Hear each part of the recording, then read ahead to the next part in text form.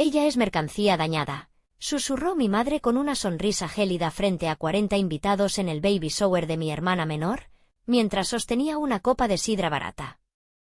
Pobre de mi hija mayor, es un árbol seco que nunca dará frutos, nunca podrá darme nietos. Todos en el salón se giraron para mirarme con esa mezcla insoportable de lástima y desprecio. Yo solo sonreí, alisé mi vestido de seda y miré mi reloj. Faltaban exactamente 2 minutos para las 3 de la tarde. La puerta del salón se abrió de golpe. María, mi niñera de confianza, entró empujando una carriola triple de diseño exclusivo.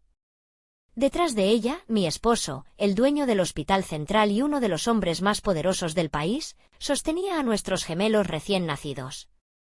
Mi madre dejó caer su taza de té, que se hizo añicos contra el suelo, justo cuando escuchó la verdad que le había ocultado durante 3 largos años. Prepárate, busca tu bebida favorita y acomódate, porque esta venganza se sirve helada. El salón de fiestas Jardín de Sueños, situado en una de las calles laterales de la colonia Roma Norte, intentaba desesperadamente parecer un palacio versallesco, pero no lograba ocultar su olor a humedad antigua enmascarado con aromatizante de lavanda barata. Era un sábado caluroso de mediados de mayo, y el aire acondicionado del local zumbaba con un esfuerzo agónico, apenas logrando mover el aire denso y cargado de perfumes dulces. Todo en aquel lugar había sido diseñado para provocar una sobredosis de azúcar visual. Las paredes estaban cubiertas con telas de organza color rosa pastel. Había globos rosados atados a cada silla, centros de mesa con rosas rosadas que ya empezaban a marchitarse por el calor, e incluso el enorme pastel de 5 pisos, que se alzaba como un monumento a la vanidad en el centro de la pista, parecía una torre de chicle masticado a punto de colapsar. Era el baby shower de mi hermana menor, Priscila, y el tema elegido por mi madre era, predeciblemente, La princesa ha llegado. Yo, Eloísa Castillo, estaba sentada en la mesa número 12. No era una mesa cualquiera. Estaba estratégicamente ubicada en la esquina más oscura del salón, justo al lado de la puerta abatible de la cocina, por donde salían los meseros con bandejas de comida grasienta y a escasos metros de la entrada a los baños, lo que garantizaba un flujo constante de personas y olores desagradables. Mi madre, doña Bernarda, llamaba a este lugar la mesa de apoyo. Yo la llamaba por su nombre real, la mesa de los sobrantes. A mi lado no había tías ricas con joyas de oro, ni primas exitosas que acababan de regresar de Europa. Mis compañeras de mesa eran la señora Gertrudis, una vecina del antiguo barrio que olía a naftalina y hablaba sola, una prima tercera que vendía tuppers por catálogo y me había intentado reclutar 3 veces en la última hora, y 2 amigas de la infancia de mi madre que claramente solo habían sido invitadas para llenar espacio y traer regalos. Desde mi posición de exilio, tenía una vista panorámica perfecta de la mesa principal, que estaba elevada sobre una pequeña tarima, como un trono real. Allí estaba Priscila, brillando bajo los focos. Llevaba un vestido de maternidad de seda rosa pálido con incrustaciones de pedrería en el cuello, una prenda que costaba más de lo que la mayoría de los invitados en este salón ganaban en 3 meses de trabajo duro. Se acariciaba el vientre de 8 meses con una presunción casi obscena, con esa sonrisa de satisfacción de quien cree haber cumplido con el único y sagrado propósito de su existencia. A su lado, mi madre reinaba como una generala victoriosa. Doña Bernarda llevaba un traje sastre color crema que le quedaba un poco ajustado, y se movía entre las invitadas importantes sirviendo té en tazas de porcelana fina que había alquilado, específicamente para la ocasión, recibiendo elogios sobre la belleza, la juventud y la fertilidad de su hija menor. Yo bajé la vista hacia mi propio lugar. Frente a mí no había porcelana fina. Había un plato de plástico desechable de color blanco y un vaso de vidrio grueso y opaco, de esos que se usan en las cantinas de pueblo. La diferencia de trato no era sutil, era un mensaje. Un mensaje que decía, tú no perteneces a la realeza. Tú eres la plebe. Disculpa, mija, dijo una voz a mis espaldas, haciéndome sobresaltar. Era mi madre. Había aparecido de la nada, con un trapo húmedo en la mano. Sin mirarme a los ojos, pasó el trapo por mi mesa con movimientos bruscos, limpiando una mancha imaginaria, como si yo misma fuera una suciedad que necesitaba ser borrada. Trata de comer rápido lo que te sirvan, susurró, manteniendo su sonrisa falsa fija en los invitados de la mesa contigua. Necesito que en 10 minutos vayas a la parte de atrás, a la cocina, para ayudar a tu tía Yolanda a desembalar los recuerdos y ponerles los moños. Los meseros son unos inútiles y no quiero pagar horas extra. Sentí una punzada de indignación en el estómago, pero respiré hondo. Claro, mamá, dije, manteniendo mi voz suave y controlada, un tono que había perfeccionado en las salas de juntas más hostiles de la ciudad. Pero recuerda que también soy una invitada. Traje regalo. Mi madre se detuvo. Giró la cabeza lentamente y me miró de arriba a abajo, sus ojos recorriendo mi vestido gris perla con una desaprobación palpable. Invitada, soltó una risita seca, carente de humor. Eres familia, Eloísa. La familia trabaja. Además, mira cómo vienes vestida. Ese color gris rata, pareces una monja o una bibliotecaria vieja. Por favor, cuando empecemos las fotos oficiales, trata de quedarte por aquí atrás. No queremos que tu aspecto triste arruine la paleta de colores vibrantes de la fiesta de tu hermana. Apreté los dientes tan fuerte que sentí dolor en la mandíbula, pero mantuve mi expresión neutra, casi serena. Mi madre no tenía idea de lo que estaba viendo. Mi vestido gris rata no era un trapo viejo sacado de un mercado sobre ruedas. Era un diseño exclusivo de la colección de otoño de Armani, hecho de seda pura tejida a mano, que costaba 45.000 pesos. Los zapatos que llevaba, unos tacones negros discretos pero exquisitos, eran de suela roja, unos Louboutin auténticos que valían más que todo el mobiliario de la casa de mi madre. Pero claro, para una familia como la mía, que juzgaba la riqueza por el tamaño de los logotipos en la ropa y el brillo de la bisutería dorada, mi elegancia discreta y minimalista parecía pobreza. El dinero real susurra, el dinero falso grita, y mi familia estaba sorda. Lo que tú digas, mamá, respondí. No quisiera estorbar en el gran día de Priscila. Exacto, dijo ella, dándome 2 palmaditas condescendientes en el hombro. ¿Cómo se le daría a un perro obediente pero tonto? Siempre has sido tan comprensiva con tu situación, hija. Es bueno que aceptes tu lugar en el mundo. No todos nacieron para brillar, algunos nacieron para servir de sombra y que otros brillen más. Se alejó antes de que pudiera responder, moviendo sus caderas anchas con la autoridad de quien se cree dueña de la verdad absoluta, dirigiéndose hacia la mesa de la alcaldesa local para lamerle las botas. Tomé un sorbo de mi agua tibia, sintiendo el sabor metálico en mi boca. La ironía de la situación era casi divertida, si no fuera tan trágica. Mi madre pensaba que me estaba haciendo un favor al permitirme estar allí, escondida en las sombras. No tenía ni la más remota idea de que la mujer sentada en la mesa de los sobrantes, la pobre y solitaria Eloísa que supuestamente vendía suministros médicos de puerta en puerta para sobrevivir, era en realidad la fundadora y directora ejecutiva de Castillo Biotech, una de las empresas de importación de equipos médicos y tecnología biológica más grandes de todo México. No tenía idea de que el salón de fiestas donde estábamos paradas, este edificio de arquitectura colonial francesa restaurado con techos altos y molduras de yeso, era propiedad de una de mis subsidiarias inmobiliarias. Técnicamente, mi madre me estaba humillando en mi propia casa, en una fiesta que ella creía haber pagado con sus ahorros, pero que en realidad había sido financiada en un 70% por mí, a través de transferencias anónimas y descuentos especiales que yo había ordenado al gerente del local. ¡Eloísa! El grito agudo y nasal de mi hermana cortó mis pensamientos como un cuchillo de sierra. Priscila se había bajado de su trono. Caminaba hacia mi mesa con esa lentitud exagerada y teatral, arqueando la espalda y poniendo una mano sobre su vientre, como si llevara el peso del mundo entero en su útero. Al llegar, extendió su brazo derecho hacia mí, agitando la muñeca frenéticamente para que la luz de los candelabros golpeara el oro que llevaba puesto. «Mira lo que me regaló mi suegra esta mañana», dijo, prácticamente metiendo su muñeca en mi cara. Era una pulsera de oro macizo, gruesa y ostentosa, con dijes colgantes en forma de chupetes, biberones y zapatitos. Es de 18 quilates. Pesa muchísimo. Preciosa, ¿verdad? El recuerdo me golpeó con la fuerza física de una bofetada en pleno rostro. Estaba de nuevo allí. Hospital General de la Ciudad de México. Pabellón de trauma. Tenía 23 años. El olor a antiséptico barato, cloro y sangre seca llenaba mi nariz, quemándome la garganta. Me dolía todo el cuerpo, un dolor profundo y punzante que parecía venir de la médula de mis huesos.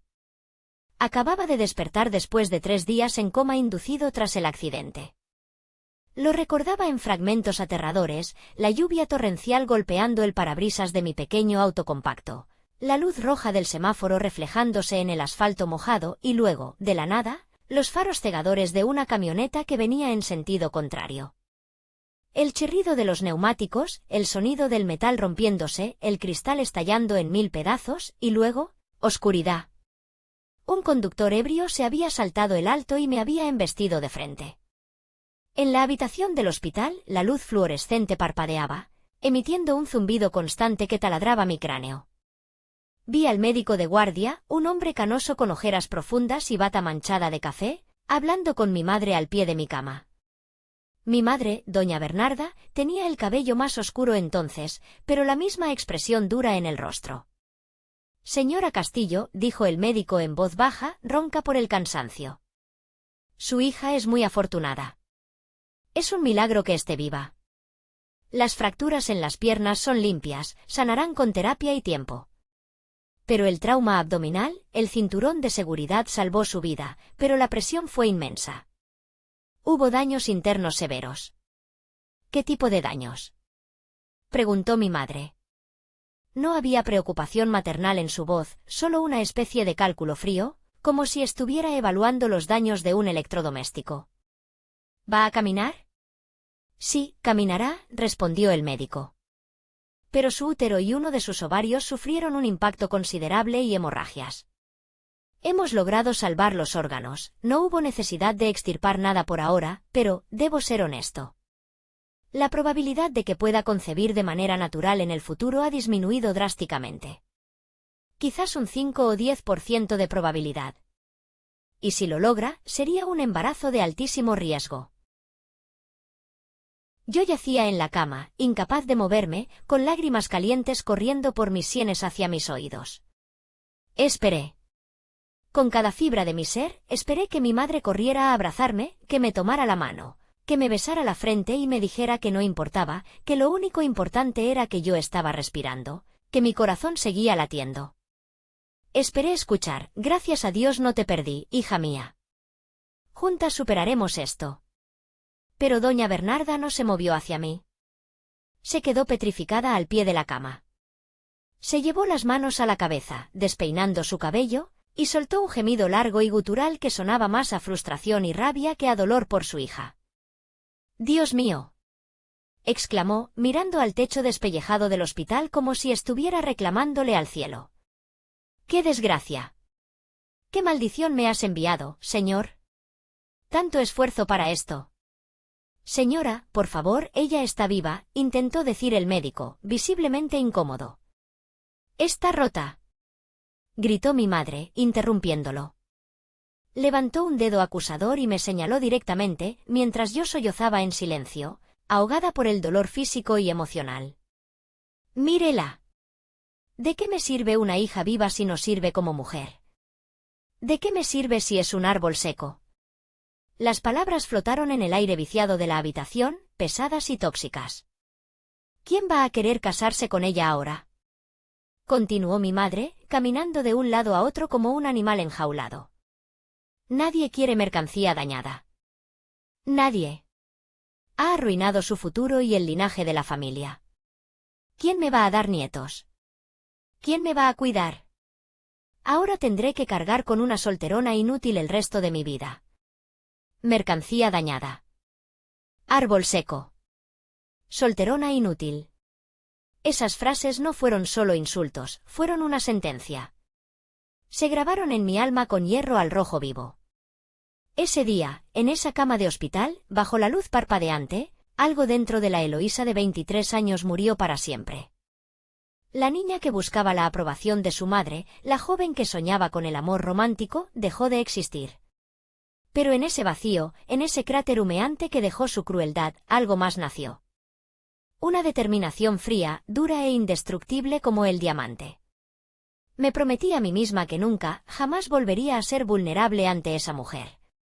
Me prometí que construiría un imperio tan grande que su opinión se volvería irrelevante. El recuerdo se desvaneció lentamente, como el humo disipándose, y volví al presente. El salón rosa. La música suave de baladas románticas. La cara engreída de mi hermana Priscila esperando una respuesta. Priscila seguía allí, con la mano en la cadera, esperando una reacción, una lágrima, tal vez que yo bajara la cabeza avergonzada como solía hacerlo. Pero la mujer que estaba sentada frente a ella ya no era la víctima del hospital. La miré fijamente a los ojos, sosteniendo su mirada hasta que ella parpadeó, incómoda. Tienes razón, Priscila, dije, y mi voz sonó extrañamente tranquila, casi metálica. Es muy importante planificar el futuro. Nunca se sabe cuándo la vida puede dar un giro de 180 grados. A veces, los que parecen tenerlo todo, terminan sin nada en un abrir y cerrar de ojos. Y los que parecen vacíos, bueno, a veces sus vidas están más llenas de lo que tu imaginación limitada puede concebir. Priscila frunció el ceño, confundida por mi tono y por la falta de sumisión en mis palabras. Abrió la boca para replicar, para lanzar otro veneno, pero antes de que pudiera hacerlo, mi tía Yolanda, la fiel secuaz de mi madre, aplaudió ruidosamente desde el centro del salón con un micrófono en la mano. «Atención a todas, hermosas damas», chilló Yolanda, su voz amplificada rebotando en las paredes. «Es hora de la parte más emocionante. Vamos a abrir los regalos. Y doña Bernarda tiene un anuncio especial que nos hará llorar a todas». Priscila sonrió, olvidándose de mí al instante como quien olvida un insecto. Se giró sobre sus talones y se dirigió hacia su trono de terciopelo rosa con respaldo alto, lista para ser adorada. Me quedé sola en mi mesa. Con movimientos lentos y deliberados, saqué mi pequeña libreta negra de mi bolso de mano. Mi familia, en su inmensa ignorancia, pensaba que era un diario de adolescente donde escribía mis penas de solterona y mis oraciones desesperadas. En realidad, era mi libro de contabilidad personal, mi registro de cuentas por cobrar de la vida. Abrí la página marcada con la fecha de hoy, 12 de mayo. Allí, escrita con mi letra clara, ordenada y angulosa, había una lista de gastos recientes. Gastos que nadie en este salón conocía, pero que sostenían la farsa de vida de clase media que mi familia presumía. 14 de febrero. Cirugía de apéndice de papá, Hospital Privado Santa Fe. Costo, 540.000 pesos. Estatus, pagado por Eloísa. Nota al margen, le dije a mamá que hubo un error en el sistema del seguro público y lo cubrieron. Ella ni siquiera dio las gracias al cielo. 20 de marzo, fianza de mi hermano menor, Roberto, detenido por conducir en estado de ebriedad y chocar un poste. Costo, 200.000 pesos. Estatus, pagado por Eloísa. Nota, mamá cree que fue un malentendido administrativo y que la policía lo dejó ir por ser buen muchacho. 15 de abril, reparación estructural del techo de la casa materna tras las lluvias torrenciales. Costo, 120.000 pesos. Estatus, pagado por Eloísa. Nota, les dije que gané una rifa en la oficina. Mamá se quejó de que el premio debería haber sido en efectivo para dárselo a Priscila. Casi 1 millón de pesos en los últimos 6 meses. Dinero que salía de mi bolsillo, fruto de mi trabajo incansable, para mantener a flote a la misma gente que me llamaba inútil, rota y árbol seco. Durante años, había comprado su afecto, o al menos su tolerancia, con mentiras piadosas, permitiéndoles creer que la suerte estaba de su lado, cuando en realidad, la suerte era yo. Pero hoy la suerte se iba a acabar. Hoy se cerraba el grifo. Miré mi reloj de pulsera, un Patek Philippe de oro blanco que mi madre probablemente pensaba que era una imitación de 100 pesos comprada en el metro. 2 de la tarde con 45 minutos. Mi teléfono vibró en mi regazo. Era un mensaje de mi esposo, Fausto. Estamos a 3 cuadras. El tráfico está pesado en Insurgentes. Los niños están un poco inquietos, pero María les está cantando y tiene todo bajo control. ¿Segura que quieres hacer esto hoy, mi vida? Todavía estamos a tiempo de dar la vuelta e irnos a la casa del lago en Valle de Bravo. No necesitas demostrarles nada a estas personas. Ya ganaste. Leí el mensaje 2 veces. Sentí una ola de amor por ese hombre que me conocía mejor que nadie, que había sanado mis heridas no con lástima, sino con admiración. Pero el amor no era suficiente hoy. Hoy necesitaba justicia. Escribí mi respuesta con dedos firmes: no es por mí, Fausto. Ya no me duele lo que digan. Es por ellos. Por Tiago, por Matías, por Luciana, por los gemelos. Necesitan aprender, antes de tener uso de razón, que el karma no olvida direcciones y que la dignidad no se negocia. Te veo a las 3 en punto. No llegues tarde. Guardé el teléfono y cerré la libreta con un golpe seco. El juicio de la matriarca estaba a punto de comenzar, pero ella, en su arrogancia, no sabía que el juez, el jurado y el verdugo ya estaban sentados en la mesa número 12. El espectáculo comenzó, como era tradición en mi familia, con la apertura de los regalos.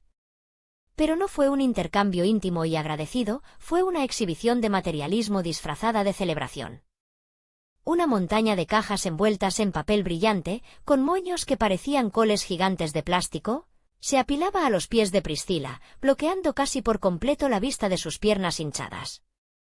Tía Yolanda, actuando como maestra de ceremonias, tomó el micrófono con un entusiasmo que rayaba en lo histérico. «Muy bien, chicas», chilló, haciendo que el sistema de sonido soltara un pitido agudo.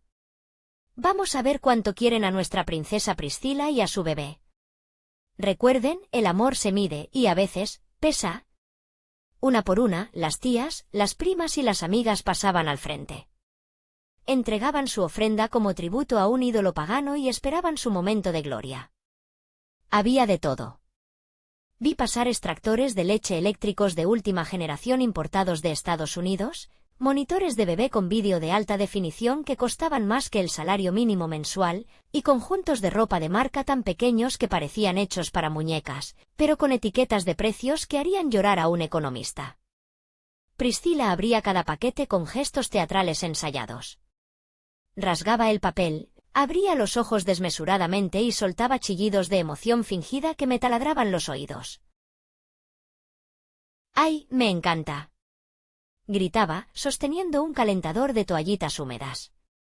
Justo lo que necesitaba. Es divino, tía Marta. Mi madre, parada detrás de ella como un guardaespaldas de la realeza, anotaba mentalmente quién había regalado qué, calculando el valor de cada objeto para determinar el estatus de la donante en la jerarquía familiar. Finalmente, la pila de regalos disminuyó hasta que solo quedaba mi turno. Tía Yolanda me buscó con la mirada en la mesa de los sobrantes. Una sonrisa maliciosa curvó sus labios pintados de rojo carmín. Y ahora, dijo Yolanda, bajando la voz a un tono conspirador que goteaba sarcasmo, el regalo de la tía Eloísa. Vamos a ver qué le trajo a su querida sobrina, considerando sus limitaciones de presupuesto. Ya saben, la situación está difícil para las solteras. Me levanté despacio. Sentí el peso de 40 pares de ojos clavados en mi espalda, quemándome la piel a través de la seda de mi vestido. Caminé hasta el centro del salón con la cabeza alta, ignorando los susurros. No llevaba una caja enorme. No llevaba un moño gigante. Solo llevaba un sobre de papel color crema, de textura gruesa y elegante, sellado con lacre. Se lo entregué a Priscila. Ella lo tomó con 2 dedos, usando solo las puntas de las uñas, como si estuviera sosteniendo un pañuelo usado o algo potencialmente infeccioso. ¿Un sobre?, preguntó, alzando una ceja perfectamente delineada con microblading. ¿Es una tarjeta de felicitación, hermana? ¿O es un dibujo? Ábrelo, dije simplemente, mi voz firme. Ella resopló, puso los ojos en blanco para deleite de la audiencia, y rasgó el papel sin ningún cuidado. Sacó el contenido, una tarjeta rectangular dorada con letras negras en relieve. Lo leyó en silencio. Su ceño se frunció. ¿Un vale?, preguntó, bajando el micrófono un poco, pero no lo suficiente para ocultar su decepción. ¿Para un spa? Es un vale de regalo para el spa prenatal Renacer en Polanco, expliqué, asegurándome de que mi voz se escuchara clara. Incluye un paquete completo de drenaje linfático, masajes relajantes para la espalda, tratamiento facial y pedicura médica. Todo válido por 6 meses. El valor del paquete era de 10.000 pesos mexicanos. Era el spa más exclusivo de la ciudad, el lugar donde iban las esposas de los senadores y las actrices famosas. Pero Priscila, en su ignorancia provinciana, solo vio un pedazo de cartón. Priscila torció la boca en una mueca de disgusto infantil. ¿Un masaje?, dijo, mirando a mamá. Gracias, Eloísa, pero yo esperaba algo para el bebé. Ya sabes, algo útil. Un nido colecho, una cuna de viaje o esa silla para el auto que te mandé por WhatsApp la semana pasada. Pensé que te gustaría relajarte antes del parto, dije, manteniendo la calma ante su ingratitud. Ser madre es agotador. Necesitas cuidarte a ti misma. Sí, pero es un regalo para mí, no para la niña, interrumpió mi madre, dando un paso al frente y arrebatándole el vale a Priscila para inspeccionarlo. Típico de ti, Eloísa. Siempre pensando en el individuo, nunca en la familia. Mi madre levantó la vista del vale y me miró con desdén.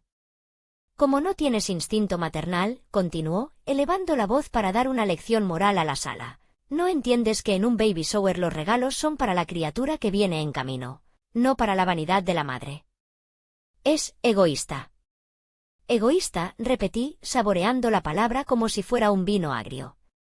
Sí, muy egoísta, insistió doña Bernarda. Miren esto.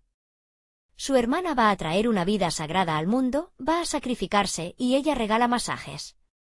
Es lo que pasa cuando una mujer no cumple su función biológica natural. Se vuelve fría. Desconectada de lo que realmente importa. Se vuelve seca por dentro y por fuera. Un murmullo de acuerdo recorrió el salón como una ola venenosa. Pobrecita, escuché susurrar a la señora Gertrudis. Es que no sabe. No tiene idea de lo que es el amor de madre. Siéntate, Eloísa, ordenó mi madre, dejando caer el vale sobre una mesa auxiliar llena de platos sucios, tratándolo como basura. Después hablamos de tu falta de criterio y de cómo puedes compensar esta decepción con dinero en efectivo. Ahora, tengo algo mucho más importante que discutir. Regresé a mi mesa. Mi corazón latía con fuerza, no por vergüenza, sino por la adrenalina. Conocía a mi madre mejor que nadie. Ese ataque gratuito sobre el regalo era solo el aperitivo, el calentamiento para ablandar mi voluntad. El plato fuerte, la verdadera emboscada por la que me habían invitado hoy, estaba a punto de ser servido. La música de fondo se detuvo abruptamente. El silencio cayó sobre el salón jardín de sueños como una manta pesada y asfixiante. Doña Bernarda se paró en el centro de la pista, justo debajo del candelabro principal de cristal falso. En sus manos sostenía una carpeta de cuero azul marino. Su postura era rígida, solemne, casi eclesiástica. Parecía un sacerdote a punto de excomulgar a un hereje o un general a punto de declarar una guerra. Querida familia, amigas del alma, comenzó mi madre, su voz temblando con una emoción ensayada que habría ganado un premio de telenovela. Hoy es un día de inmensa bendición. Dios, en su infinita sabiduría, nos ha enviado un milagro a través del vientre santo de mi pequeña Priscila. Hizo una pausa dramática, llevándose una mano al pecho. Pero con un bebé vienen nuevas responsabilidades. Nuevas necesidades. Y como matriarca de esta familia, es mi deber asegurar el futuro de esta nueva generación. Miró a Priscila, quien le devolvió una sonrisa tímida y ensayada, acariciando su vientre. Luego, los ojos de mi madre, duros como piedras de río, se posaron en mí. Como saben, continuó, elevando el volumen, la casa de mi difunta madre, la abuela Carmen, en el barrio de Coyoacán, ha estado vacía y triste desde que ella falleció hace 3 años. Sentí un nudo en la garganta al escuchar el nombre de la abuela. Carmen había sido la única luz en mi vida, la única que me había amado sin condiciones, incluso después de mi accidente. Ella me había dejado su casa en su testamento, no por lástima, sino porque yo fui la única que cuidó de ella durante sus años de demencia, mientras mi madre y Priscila estaban demasiado ocupadas viviendo sus vidas. Es una casa grande, dijo mi madre, describiéndola para el público. Hermosa. Colonial. De 4 habitaciones enormes, con un jardín precioso lleno de árboles frutales. Una casa diseñada para la vida, para correr, para jugar. Legalmente, hizo una mueca de disgusto, la abuela Carmen, en su confusión senil de los últimos días, dejó esa casa a nombre de mi hija mayor, Eloísa. Todos me miraron. Esta vez, las miradas no eran de lástima. Eran de cálculo.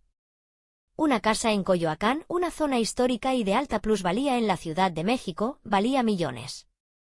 15 o 20 millones de pesos, fácilmente. Sin embargo, continuó mi madre, y su tono se endureció, volviéndose afilado, todos aquí sabemos la realidad. Eloísa vive sola. Vive en ese pequeño y deprimente departamento rentado en la colonia Narvarte. Ella trabaja todo el día, viaja con sus maletines de muestras médicas, en fin, lleva una vida de soltera. Una vida solitaria. Dio un paso hacia mi mesa, invadiendo mi espacio personal. Yo les pregunto, ¿para qué necesita una mujer sola, una mujer sin hijos y sin posibilidad de tenerlos? ¿Una casa de 4 habitaciones con jardín? Es un desperdicio. Es un pecado mortal tener tanto espacio vacío acumulando polvo, cuando hay una nueva vida en camino que lo necesita desesperadamente. El aire en el salón se volvió denso, casi irrespirable. Sabía hacia dónde iba esto. Lo había visto venir en las indirectas, en los comentarios pasivo-agresivos de los últimos meses. Pero nunca imaginé que se atrevería a hacerlo en público. Mi madre llegó a mi mesa. Puso la carpeta de cuero azul frente a mí, sobre el mantel de plástico barato. El sonido del cuero golpeando la mesa sonó como un disparo. Por eso, Eloísa, dijo, y ahora su voz sonaba fuerte, proyectada para que todos fueran testigos de su supuesta generosidad administrativa, he traído los papeles. He traído la cesión de derechos ante notario. Hoy, frente a todos nuestros seres queridos, vas a hacer lo correcto ante los ojos de Dios. Vas a firmar el traspaso de la casa de la abuela a nombre de tu hermana Priscila y de su futuro bebé. Abrió la carpeta. Allí estaba. Un contrato legal, redactado con frialdad profesional. Contrato de donación a título gratuito. Cedente, Eloísa Castillo. Cesionario, Priscila Castillo. Estaba regalando mi patrimonio. Estaba regalando mis recuerdos. Estaba regalando la casa donde la abuela me enseñó a tejer y a ser fuerte. Todo, absolutamente todo, solo porque mi útero supuestamente no funcionaba. Levanté la vista y miré a mi madre directamente a los ojos. ¿Me estás pidiendo que regale mi herencia? Pregunté, mi voz clara, cortando el silencio del salón. ¿Me estás pidiendo que me quede sin nada, solo porque Priscila decidió tener relaciones sin protección y quedar embarazada? Un grito ahogado recorrió la sala ante mi franqueza. Priscila se puso roja de furia. No hables así de mi bendición. Chilló mi hermana. No te estoy pidiendo que te quedes sin nada, Eloísa, dijo mi madre, impaciente, ignorando mi comentario. Tú tienes tu trabajito, tus ventas. Te va bien para una sola persona. No necesitas mucho. Pero Priscila va a tener una familia. Ella necesita seguridad. Estabilidad. Mi madre se inclinó hacia mí, bajando la voz a un susurro que, sin embargo, todos pudieron escuchar. Tú eres un árbol seco, Eloísa. Entiéndelo de una vez por todas. Las casas son para los vivos, para los que crecen, para los niños que llenan los pasillos de risas. Tú eres el final de la línea. Eres un callejón sin salida genético. Cuando mueras, ¿quién heredará esa casa? ¿El gobierno? ¿Tus gatos? Es mejor que quede en la familia ahora que todavía sirve de algo. Un árbol seco, repetí. La frase flotó entre nosotras. Sí, hija. Duele escucharlo, lo sé, pero es la verdad cruda. Nunca serás madre. Nunca sentirás una patadita en el vientre. Nunca amamantarás. Acéptalo con humildad y deja que tu hermana florezca. Tu única forma de ser madre es siendo la tía rica y generosa. Firma los papeles. Haz que tu vida vacía tenga algún propósito sirviendo a los que sí tienen futuro. Tía Yolanda se levantó de su silla y gritó: «Firma, Eloísa. No seas envidiosa. Hazlo por la niña». La abuela Carmen hubiera querido que su bisnieta naciera allí. La presión era física. Era una ola de desaprobación colectiva que intentaba ahogarme, aplastarme hasta que me convirtiera en la alfombra que ellas querían que fuera. Priscila me miraba desde su trono con una sonrisa expectante y voraz, como si la casa ya fuera suya, como si ya estuviera decorando mentalmente la habitación del bebé en mi antigua recámara. Miré los papeles. Las letras negras bailaban frente a mis ojos. Donación irrevocable. Miré a mi madre. Vi su codicia, su crueldad disfrazada de pragmatismo. Vi a la mujer que me había llamado mercancía dañada hace 15 años y que nunca se había disculpado. Y luego miré mi reloj. 2:58 p.m. Sonreí. Fue una sonrisa genuina, pero no era cálida. Era la sonrisa del depredador que ve cómo la presa entra voluntariamente en la trampa.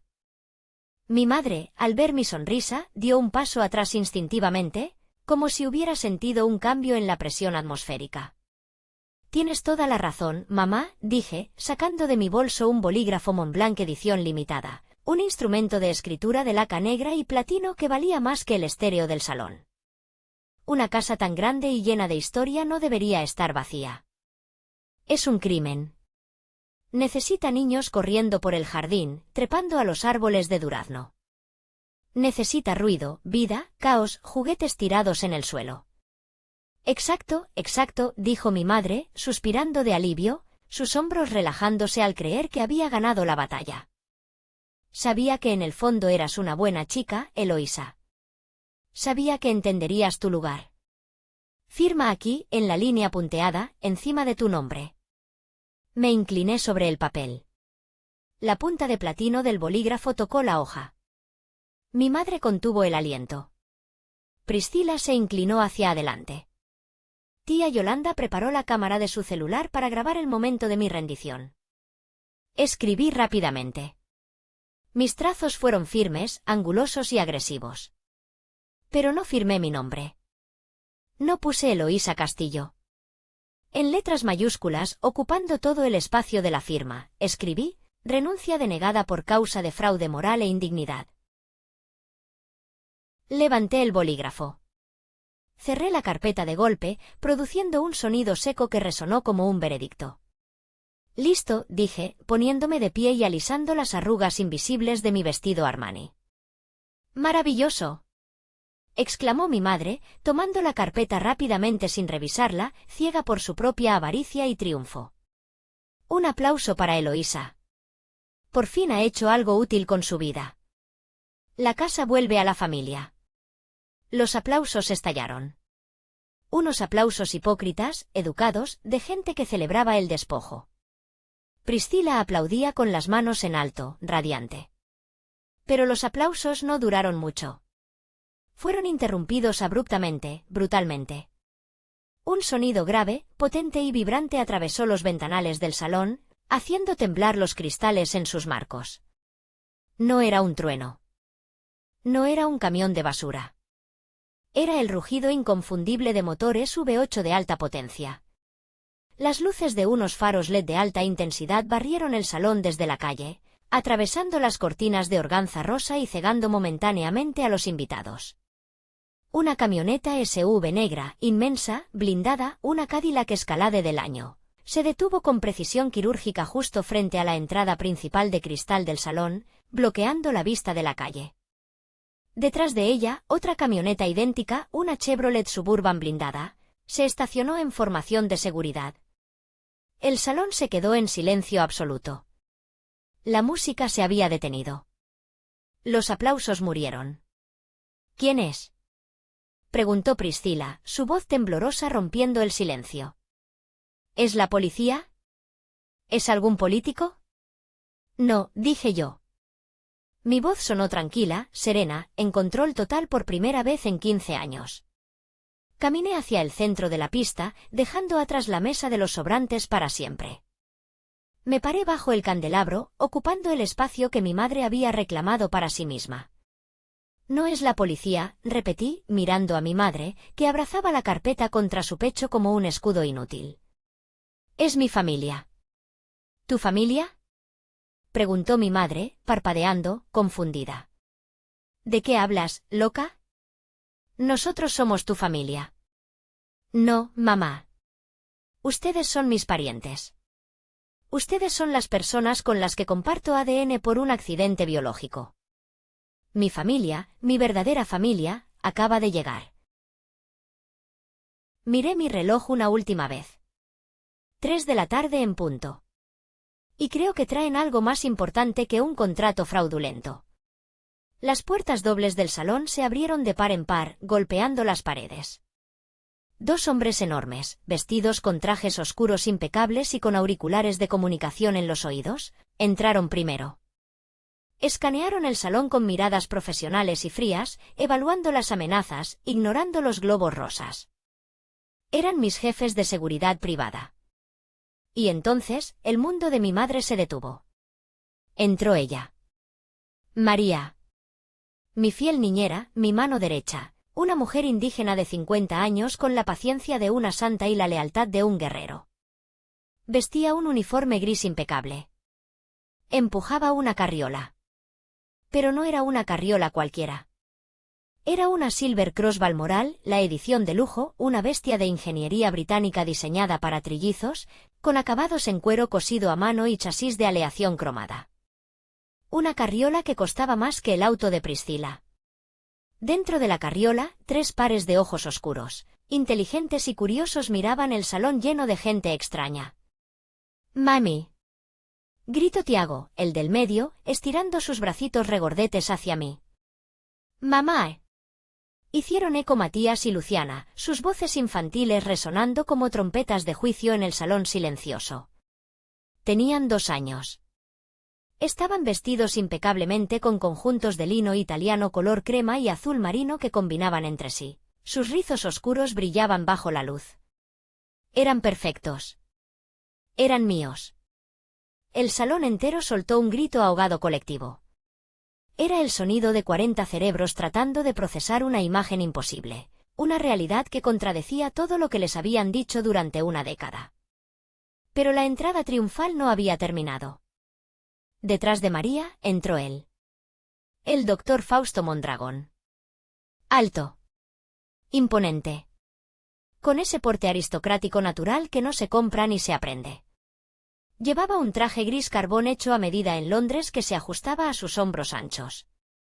Su cabello plateado en las sienes brillaba. Era el hombre que salía en las portadas de Forbes y Líderes mexicanos.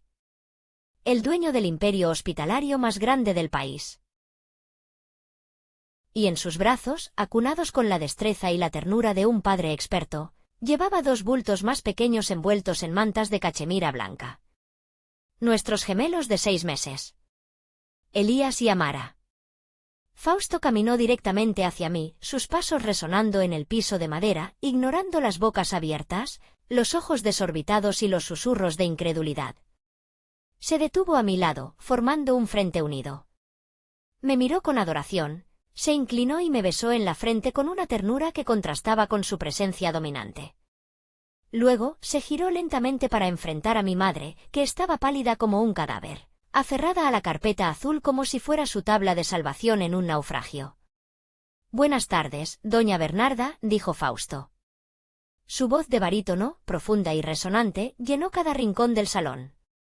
Lamento mucho la interrupción en su pequeña fiesta.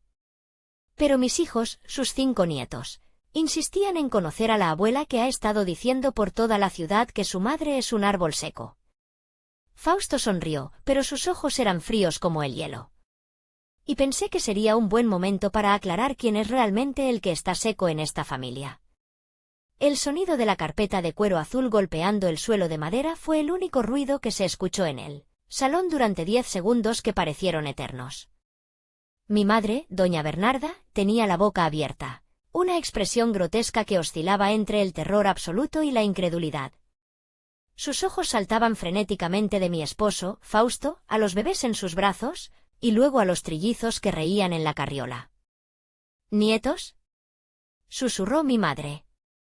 Su voz sonaba quebrada, irreconocible, como si alguien le hubiera apretado la garganta. ¿Fausto?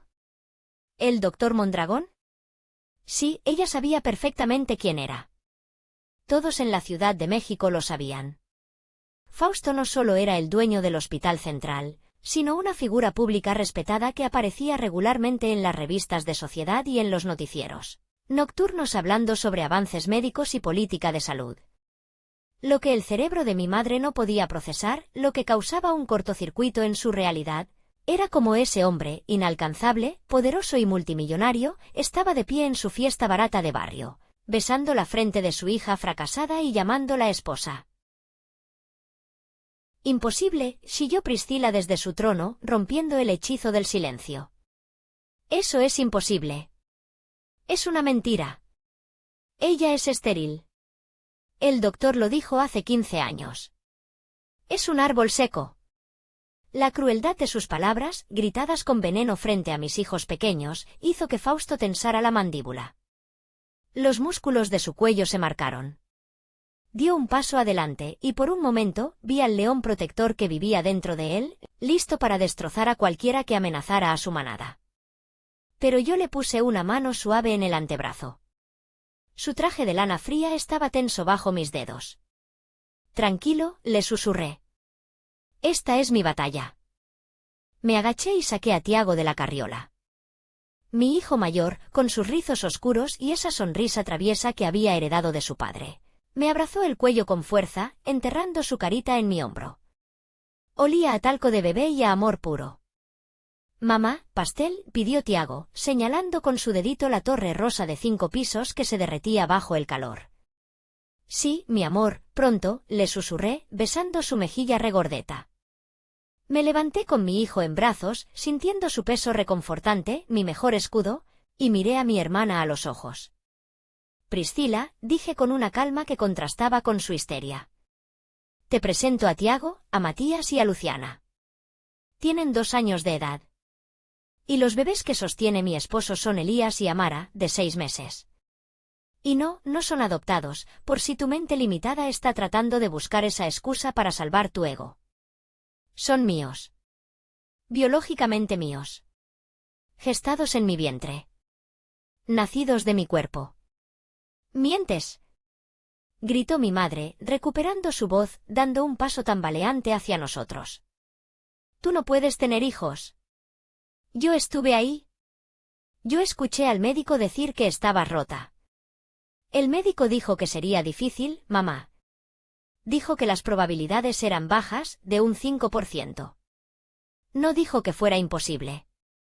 Di un paso hacia ella, y ella retrocedió, intimidada por la fuerza que emanaba de mí. Dijo que necesitaba tratamientos especializados, los mejores especialistas de fertilidad del mundo, descanso absoluto y, sobre todo, paz mental. Mi voz se endureció. Paz que nunca tuve en esta casa.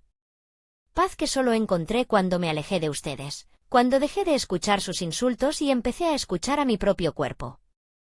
¿Tratamientos? Mi madre parpadeó, confundida, su mente tratando de hacer los cálculos. ¿Pero con qué dinero? Tú vendes gasas y jeringas de puerta en puerta. Esos tratamientos cuestan una fortuna. ¿Millones? Fausto soltó una risa seca, un sonido breve y cortante que carecía de cualquier humor. ¿Gasas y jeringas?, preguntó él, mirando a los invitados con incredulidad, como si estuviera observando una especie exótica en un zoológico. ¿Es eso lo que piensan que hace mi esposa? Es vendedora médica, insistió tía Yolanda, aunque su voz temblaba y ya no sonaba tan segura. Ella nos dijo, ella siempre trae muestras gratis. Yo les dije que trabajaba en la industria de la biotecnología médica, corregí. Ustedes asumieron que era vendedora porque, en sus cabezas pequeñas, yo no era capaz de más. Asumieron que mi maletín estaba lleno de muestras, cuando en realidad estaba lleno de contratos de importación y patentes internacionales. Fausto entregó a uno de los gemelos, el pequeño Elías, a los brazos seguros de María. Luego, con un movimiento fluido, sacó su teléfono inteligente de última generación. «Permítanme ilustrarles», dijo Fausto. Conectó su teléfono de forma inalámbrica al sistema de proyección del salón, el mismo que Priscila había preparado para mostrar su vídeo cursi de revelación de género más tarde. La pantalla gigante detrás de la mesa del pastel se iluminó. Pero no apareció un vídeo de bebés y cigüeñas. Apareció una imagen en alta resolución. Era la portada de la revista Expansión, la revista de negocios más prestigiosa de México, del mes pasado. En la portada, ocupando toda la página, aparecía yo. Pero no era la Eloísa del vestido gris que ellas conocían. Era una Eloísa poderosa, maquillada profesionalmente, con un traje sastre blanco impecable, cruzada de brazos, mirando a la cámara con una seguridad desafiante. Detrás de mí se veían las instalaciones de un laboratorio de alta tecnología. El titular, en letras doradas y negras, rezaba: La reina de la biotecnología. Como Eloísa Castillo construyó un imperio de $45 millones desde cero. El salón jadeó. Fue un sonido físico, como si hubieran succionado todo el oxígeno de la habitación. Un sonido colectivo de asombro, shock y envidia pura. Eloísa no es vendedora, anunció Fausto con orgullo, su voz resonando como la de un presentador. Eloísa es la fundadora y directora ejecutiva de Castillo Biotech. Su empresa suministra el 60% de los equipos de resonancia magnética y los reactivos oncológicos en este país. Fausto caminó hacia mi madre, obligándola a mirarlo. Ella no vende gasas, Bernarda. Ella es dueña de las fábricas que las producen. Ella negocia con gobiernos, con hospitales internacionales, con farmacéuticas suizas. Ella es mi socia comercial, además de ser el amor de mi vida. Mi madre se llevó una mano al pecho, justo sobre el corazón, como si le estuviera dando un infarto real esta vez. Se dejó caer en una silla de plástico, pálida como el papel, con los ojos fijos en la pantalla gigante. 45 millones, balbuceó, las palabras tropezando en sus labios. ¿De pesos? De dólares, aclaró Fausto, implacable. 45 millones de dólares estadounidenses. Y eso es solo la valoración conservadora de su empresa. Sin contar sus inversiones inmobiliarias privadas y su participación del 40% en mi grupo hospitalario, Mondragón Ealt. Priscila se levantó de su trono. Olvidó su embarazo. Olvidó su protagonismo. Caminó hacia mí como una sonámbula, hipnotizada, con los ojos fijos en los pendientes de diamantes que yo llevaba. Ahora, bajo la nueva luz de la verdad, ya no le parecían bisutería barata. Ahora veía el fuego real de las piedras. ¿Eres rica?, preguntó Priscila. Su voz estaba llena de una codicia desnuda, hambrienta, que me dio náuseas. ¿Eres millonaria en dólares y me regalaste un masaje de 10.000 pesos? Te regalé un masaje porque pensé que lo necesitabas como mujer y como madre, dije, manteniendo mi tono frío. El dinero no compra la clase, Priscila. Ni el afecto. ¿Y la casa? Interrumpió mi madre, recuperando el aliento ante la mención de cifras astronómicas. ¿La casa de la abuela? Me giré hacia la carpeta que mi madre había tirado al suelo minutos antes. La recogí con calma, sacudiendo una mota de polvo invisible. Me pidieron que cediera la casa porque soy un árbol seco y no necesito espacio, dije, mirando a mis 5 hijos, que ahora estaban siendo mimados por María y protegidos por la mirada atenta de los 2 guardaespaldas. Bueno, resulta que la biología tiene un sentido del humor peculiar. Tengo 5 hijos. 3 niños y 2 niñas. Así que, técnicamente y matemáticamente, necesito más espacio que tú, Priscila, que solo esperas 1. Pero tú tienes dinero, intervino tía Yolanda, tratando desesperadamente de salvar la situación, su voz chillona rompiendo el drama. Tú eres rica, Eloísa. Tú puedes comprarte otra casa. Priscila la necesita más. Es la casa de la familia. Es tradición. No, corté tajantemente. No es la casa de la familia. Es mi casa. La abuela Carmen me la dejó a mí, en pleno uso de sus facultades mentales, porque ella sabía algo que ustedes nunca entendieron ni quisieron ver. Yo era la única que la cuidaba sin pedir nada a cambio. Yo era la que le cambiaba los pañales, la que le leía, la que le sostenía la mano cuando olvidaba quién era. Ustedes solo iban a visitarla cuando pensaban que se iba a morir, para ver qué podían rapiñar. Hice una pausa, dejando que la vergüenza se asentara en sus rostros. Y sobre necesitarla, sonreí. Tienes razón, tía Yolanda. No necesito esa casa vieja en Coyoacán con sus tuberías oxidadas y sus techos con goteras. Caminé hacia la pantalla donde todavía brillaba mi foto de portada. De hecho, hace 6 meses compré la propiedad contigua a mi residencia actual en Lomas de Chapultepec. Mi casa principal tiene 1.200 metros cuadrados de construcción, 6 habitaciones tipo suite, piscina climatizada semiolímpica, cine privado y un jardín de 2.000 metros cuadrados para que jueguen los trillizos.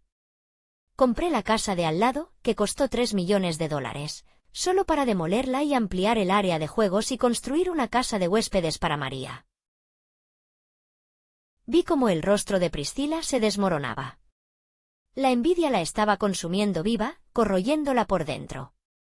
Ella, que siempre se creyó la princesa, la elegida, la bendecida por su belleza y su fertilidad, acababa de darse cuenta de que, en comparación, era la pariente pobre. Su reino de baby shower rosa era una chabola comparado con mi imperio. Entonces dámela. Chilló Priscila, perdiendo los estribos por completo, las lágrimas de rabia brotando de sus ojos. Si eres tan asquerosamente rica, dámela. Es lo justo. Tú me has mentido durante años. Me has humillado viniendo aquí con tu chofer, tus guardaespaldas y tus diamantes para restregarme tu dinero en la cara. Eres mala. Yo no vine a restregarte nada, dije, bajando la voz a un tono peligroso, casi un susurro. Yo vine en mi auto, vestida sencillamente, con un regalo honesto en la mano. Ustedes fueron las que me llamaron árbol seco. Ustedes fueron las que me sentaron en la mesa de los sobrantes junto al baño. Ustedes fueron las que intentaron robarme mi herencia con manipulación emocional y chantaje moral. Di un paso hacia ella, y Priscila retrocedió hasta chocar con la mesa del pastel. Yo solo encendí la luz. Y lo que veo son cucarachas corriendo. Amigos de Karma Familiar, la tensión en este salón está a punto de hacer explotar las ventanas. Eloísa acaba de revelar su imperio y ha dejado a su familia sin palabras, pero lo que viene a continuación es el golpe final, el momento en que saca su libro negro y ajusta cuentas financieras de una vez por todas. Si estás disfrutando de esta historia de justicia divina tanto como yo, por favor, tómate un segundo para darle me gusta al vídeo y suscríbete al canal si aún no lo has hecho. Y cuéntanos en los comentarios desde qué ciudad o país nos escuchas hoy. Queremos saber hasta dónde llega nuestra gran familia. Ahora sí, volvamos al desenlace fatal. Doña Bernarda, recuperándose del shock inicial de los millones de dólares, decidió cambiar de táctica.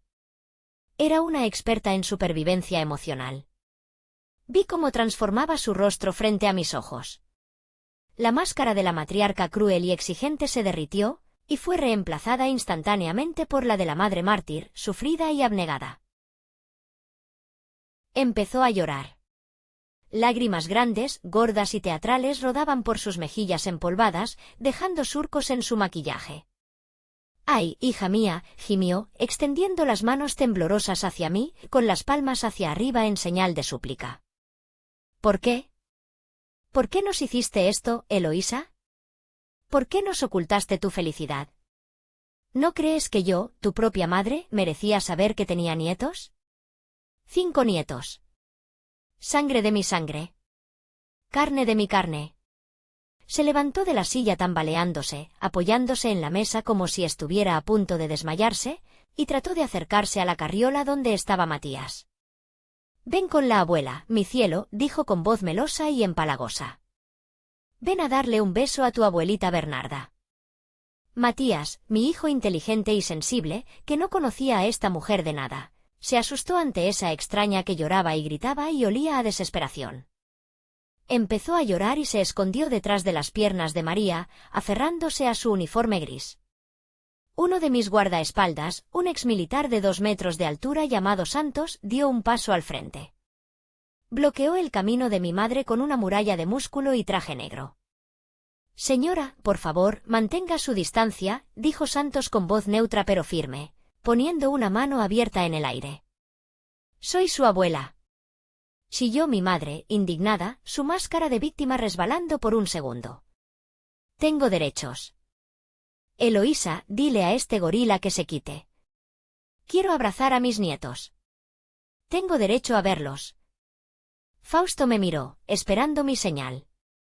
Podía ver en sus ojos grises que estaba listo para ordenar la evacuación, para sacarnos de ese nido de víboras. Pero yo negué con la cabeza imperceptiblemente. Aún no. Aún no había terminado. Faltaba el golpe de gracia. La auditoría final. «No tienes derechos, mamá», dije, mi voz tranquila pero amplificada por el silencio sepulcral del salón. «Perdiste tus derechos hace mucho tiempo.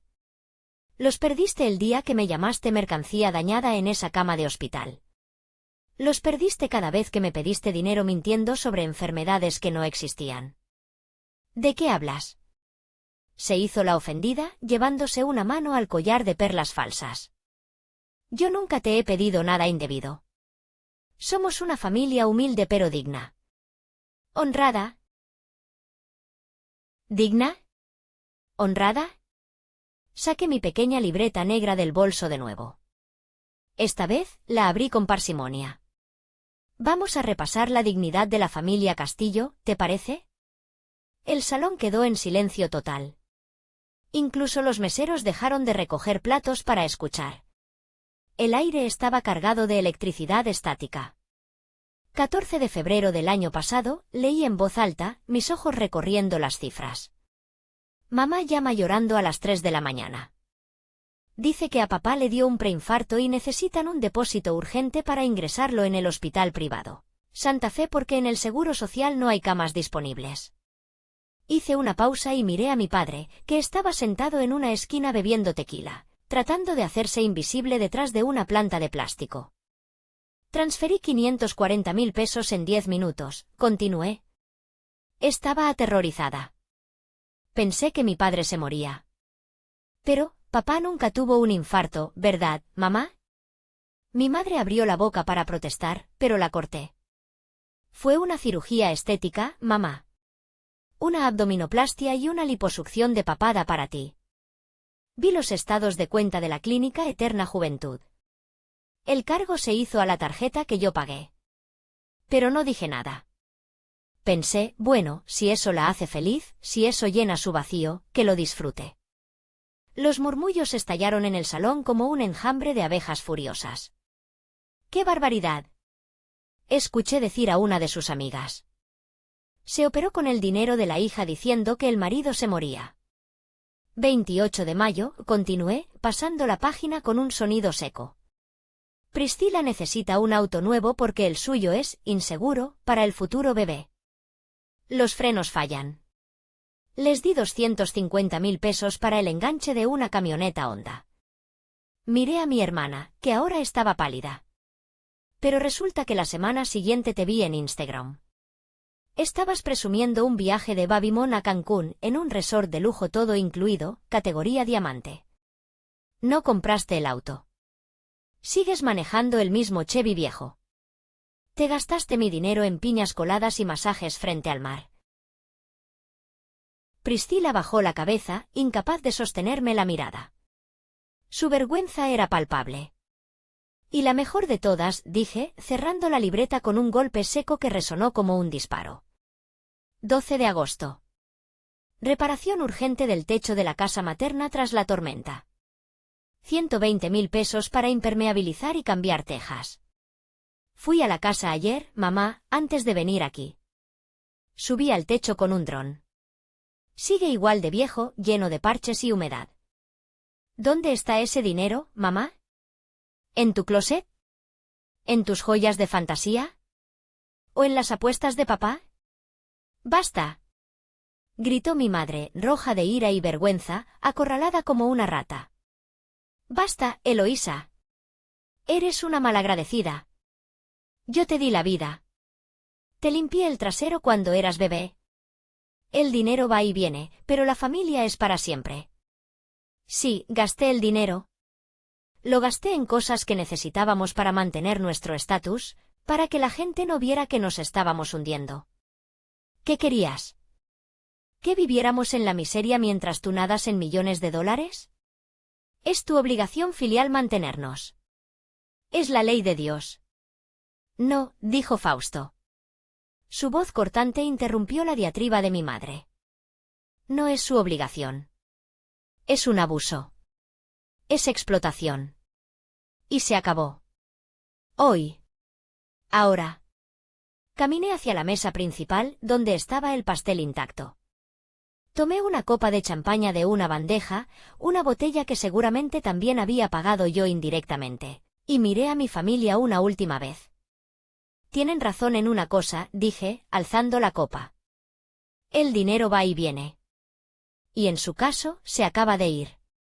Para siempre. ¿Qué quieres decir? Preguntó Priscila con miedo en los ojos, acariciando su vientre instintivamente. Quiero decir que la tarjeta de crédito American Express adicional que te di para emergencias médicas, Priscila, fue cancelada hace una hora. El seguro de gastos médicos mayores privado que pago para papá y mamá, cancelado. La mensualidad de 30.000 pesos que les deposito religiosamente el día 1 de cada mes, cancelada. No puedes hacernos esto. Chilló mi madre, dándose cuenta del horror de su nueva realidad financiera. ¿Tu padre tiene diabetes? Priscila va a tener un bebé. Necesitamos ese dinero para vivir. Pues entonces sugiero que Priscila consiga un trabajo, dije con frialdad. Y tú, mamá, puedes vender tus joyas, si es que alguna es real. O quizás, puedes vender la casa de Coyoacán. ¿Qué? Los ojos de mi madre se iluminaron de esperanza, aferrándose a un clavo ardiendo. ¿Nos vas a dar la casa? ¿Vas a firmar? Saqué la carpeta azul de nuevo. La sostuve en el aire. Oh, no. No a ustedes. Sonreí y fue la sonrisa más liberadora de mi vida. Como dije, la casa no debería estar vacía. Así que, esta mañana, a las 9 en punto, instruí a mis abogados para que iniciaran el trámite de donación irrevocable de la propiedad a la fundación. Pequeños pasos. ¿Fundación? Repitió mi madre, horrorizada.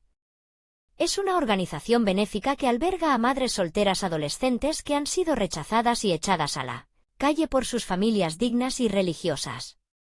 El grito de horror de mi madre fue música para mis oídos. «¿Estás loca?», bramó tía Yolanda, llevándose las manos a la cabeza. «Regalar una casa de 15 millones a desconocidos. A pecadoras. Es patrimonio familiar». «Exacto», respondí, mi voz llena de convicción. «Es para familias que necesitan un hogar desesperadamente. No para parásitos que ya tienen uno y quieren más. Esas chicas, esas madres rotas y mercancía dañada como ustedes las llamarían, van a llenar esa casa de vida, de risas y de gratitud. Algo que ustedes nunca hicieron». Me giré hacia mis hijos, hacia mi esposo, hacia mi verdadera vida. «Vámonos, Fausto. Este lugar huele a hipocresía y a perfume barato. Me está dando dolor de cabeza». María ya estaba moviendo la carriola hacia la salida, eficiente como siempre. Fausto me ofreció su brazo, fuerte y seguro. Caminamos hacia la puerta con la cabeza alta, seguidos por nuestros guardaespaldas, dejando atrás el salón rosa y las bocas abiertas. «¡Eloísa!», gritó mi madre. Escuché sus pasos corriendo tras nosotros. Me agarró del brazo justo antes de que cruzáramos el umbral. Sus uñas largas se clavaron en mi piel. «No puedes irte», jadeó, con los ojos desorbitados. «No puedes dejarme sin conocer a mis nietos. Soy tu madre. Te perdono. Te perdono por todo, por las mentiras, por el secreto. Pero no me hagas esto. No me dejes en la ruina». Me detuve. Me giré lentamente y la miré a los ojos una última vez. Sus ojos estaban llenos de pánico. Pero no era pánico por perderme a mí. Era pánico a la pobreza. Pánico al qué dirán. Pánico a perder a su gallina de los huevos de oro. Me solté de su agarre con un movimiento brusco, arrancando su mano de mi brazo. Tú me perdonas a mí, dije lentamente, saboreando cada sílaba. Pero yo no te perdono a ti, Bernarda. Y mis hijos, ellos no tienen abuela materna. Mi madre murió hace 15 años en un hospital, el día que decidió que una hija herida no valía la pena. Tú solo eres una conocida que me debe mucho dinero. ¡Maldita!, gritó ella, mostrando su verdadero rostro retorcido por el odio por última vez. Te vas a arrepentir. Vas a morir sola. El dinero no te va a abrazar por las noches. Mírame, mamá, dije, señalando a mi esposo que me miraba con amor, a mis 5 hijos hermosos que me esperaban. Ya no estoy sola. Y nunca más volveré a estarlo. Adiós, Bernarda. Que tengas la vida que te mereces.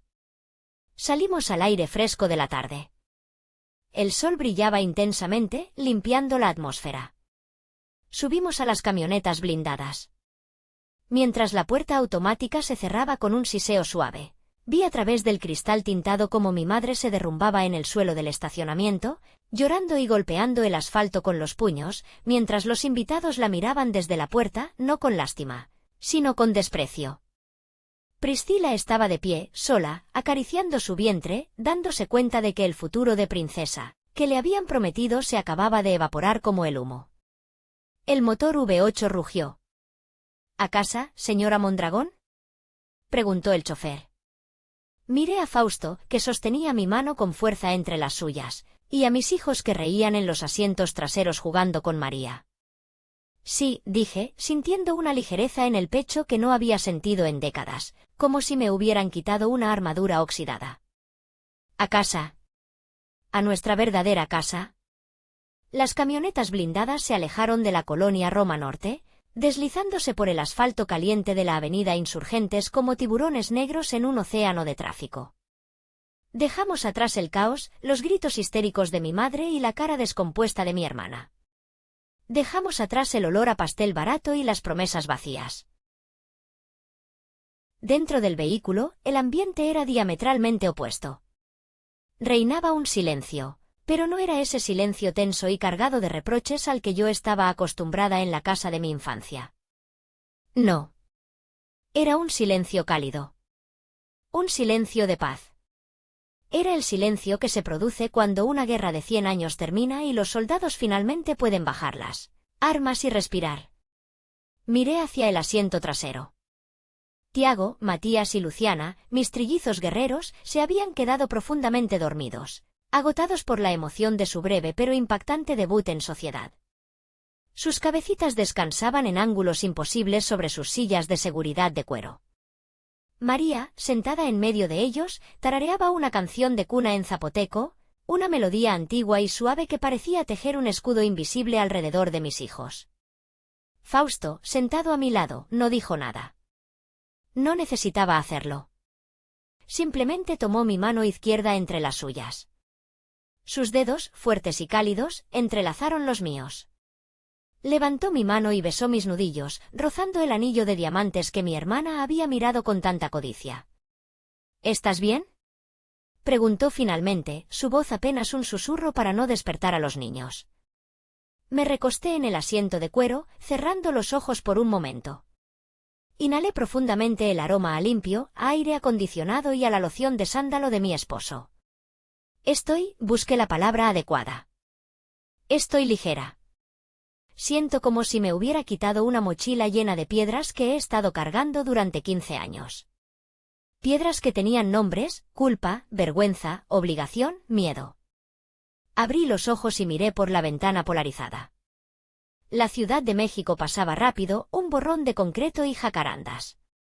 Mucha gente dice que la venganza es un plato que se sirve frío, dije, más para mí misma que para él. Pero yo no siento que esto haya sido una venganza, Fausto. No siento odio. Ya no. ¿Qué sientes entonces?, preguntó él. Siento que fue una corrección. Una auditoría del universo. Sonreí tristemente.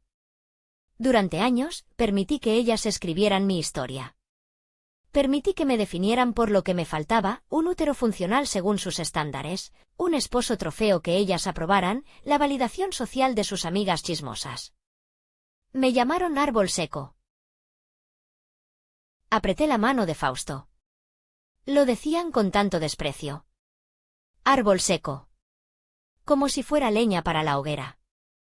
Pero lo que ellas nunca entendieron, porque nunca se molestaron en mirar más allá de la superficie, es que los árboles que parecen secos en la superficie a veces tienen las raíces más profundas. Raíces que buscan agua en los acuíferos subterráneos, lejos de la vista de todos. Raíces que se agarran a la tierra con una fuerza que las tormentas no pueden arrancar. Fausto asintió, entendiendo mi metáfora. Tú nunca estuviste seca, mi amor, dijo él. Solo estabas plantada en un suelo tóxico. Tuviste que trasplantarte a ti misma para florecer. Y mira el bosque que has creado. Miré a los niños de nuevo. 5 hijos. 5 milagros de la ciencia y del amor. 5 razones por las que nunca me rendí. Me pregunto qué harán ahora, dije, pensando en mi madre tirada en el estacionamiento. Sin mi dinero, sin la casa de la abuela para vender. Priscila tendrá que enfrentarse a la realidad de criar a un hijo con un salario mínimo. Mi madre tendrá que aprender a vivir sin sus lujos de apariencia. Sobrevivirán, dijo Fausto con firmeza. La gente como ellas siempre encuentra la manera de sobrevivir.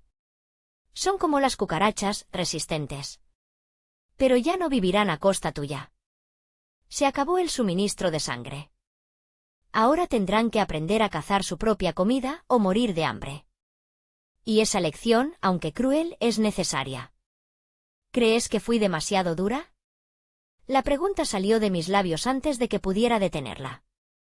Era el último vestigio de la niña condicionada que vivía en mí, la niña que quería ser buena. Fausto me miró a los ojos, serio. Eloísa, te llamaron mercancía dañada. Intentaron robarte tu patrimonio legal mediante coacción emocional pública. Te humillaron durante una década. No, mi vida. No fuiste dura. Fuiste justa. Y la justicia, para el culpable, siempre se siente como una agresión. Pero para la víctima, es libertad. Libertad.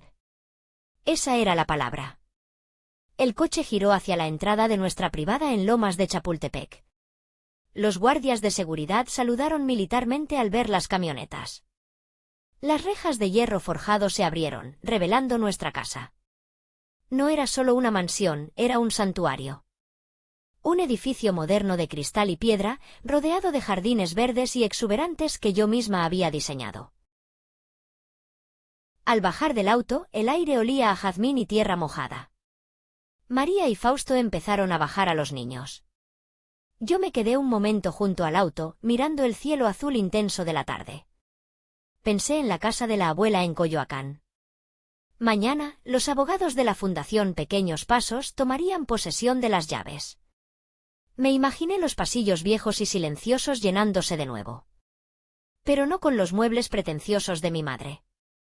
¿Se llenarían con las risas nerviosas de chicas de 16 o 17 años? Niñas embarazadas que habían sido echadas de sus casas por padres que valoraban más el honor que el amor. Esas chicas encontrarían refugio en la casa de la abuela Carmen. Encontrarían una cama caliente, comida, apoyo psicológico y una oportunidad para estudiar. Mi árbol seco daría sombra a cientos de madres e hijos que no eran de mi sangre, pero que serían de mi alma. Esa era mi verdadera venganza.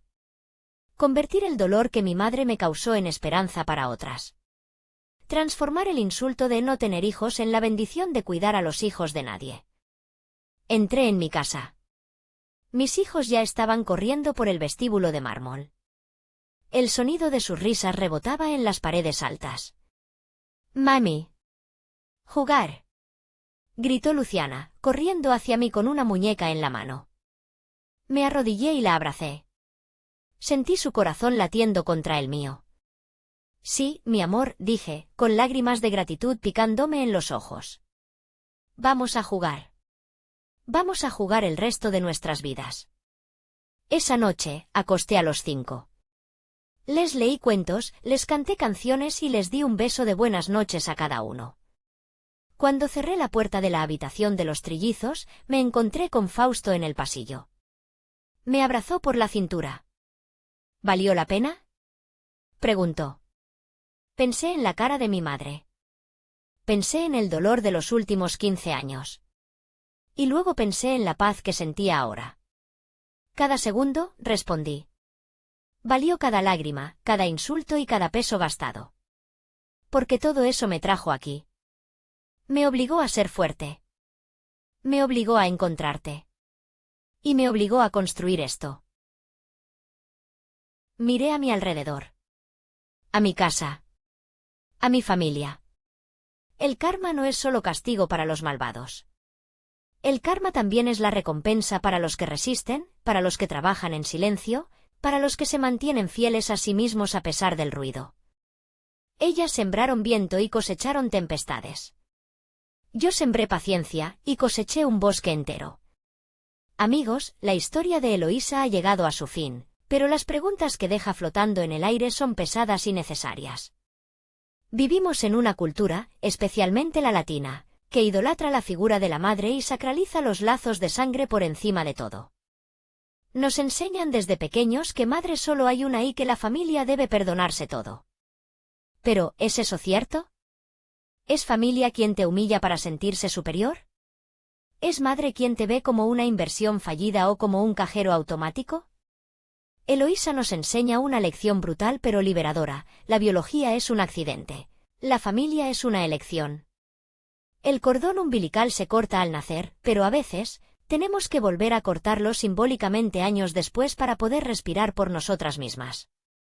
Romper el ciclo del abuso es, quizás, el acto más heroico que una persona puede realizar. Eloísa podría haber aceptado su papel de víctima. Podría haber firmado esos papeles, regalado su casa y seguido comprando el amor de su madre con migajas de atención. Pero eligió la dignidad. Eligió proteger a sus hijos de la toxicidad que casi la destruye a ella. Y esa decisión tuvo un precio: la soledad inicial, el secreto, la mentira piadosa. Pero la recompensa fue una vida auténtica. Quiero que te mires en el espejo de esta historia y te preguntes: ¿hay alguien en tu vida que te esté llamando árbol seco? ¿Alguien que te haga sentir que no vales nada si no cumples con sus expectativas? Si la respuesta es sí, recuerda a Eloísa. Recuerda que tú tienes el poder de salir de esa mesa de los sobrantes. Tienes el poder de construir tu propio imperio, ya sea de dinero, de amor o de paz mental. Y sobre todo, recuerda que el karma siempre está tomando notas. No necesitas vengarte. Solo necesitas sentarte a esperar, trabajar en ti mismo y dejar que la vida ponga a cada payaso en su circo y a cada reina en su trono. Pero ahora, quiero escuchar tu voz. Tú eres el jurado final de esta historia. Eloísa decidió cortar todo lazo. Decidió que su madre muriera sin conocer a sus 5 nietos. Decidió dejar a su hermana embarazada sin apoyo económico. Para algunos, esto es justicia poética. Para otros, puede parecer una crueldad innecesaria. Yo te pregunto a ti, que me escuchas, ¿Eloísa fue demasiado lejos? ¿Debería haber permitido que su madre viera a los niños al menos una vez, por piedad? ¿O crees que la protección de sus hijos justificaba la crueldad hacia su abuela? Déjame tu opinión en los comentarios. Escribe justicia si estás del lado de Eloísa, o piedad si crees que debió perdonar. Leeré cada uno de sus comentarios y les daré corazón a los más profundos. Muchas gracias por acompañarnos en este viaje emocional aquí en Karma Familiar. Sé que la historia de hoy fue intensa, pero la vida real a veces supera a la ficción. Si esta historia te movió algo por dentro, si te hizo sentir escuchado o empoderado, por favor, no te vayas sin suscribirte al canal y activar la campanita de notificaciones. Es un gesto pequeño para ti, pero para nosotros significa el mundo entero, porque nos ayuda a seguir trayendo estas voces a la luz. Comparte este vídeo con esa amiga o familiar que necesita recordar su propio valor.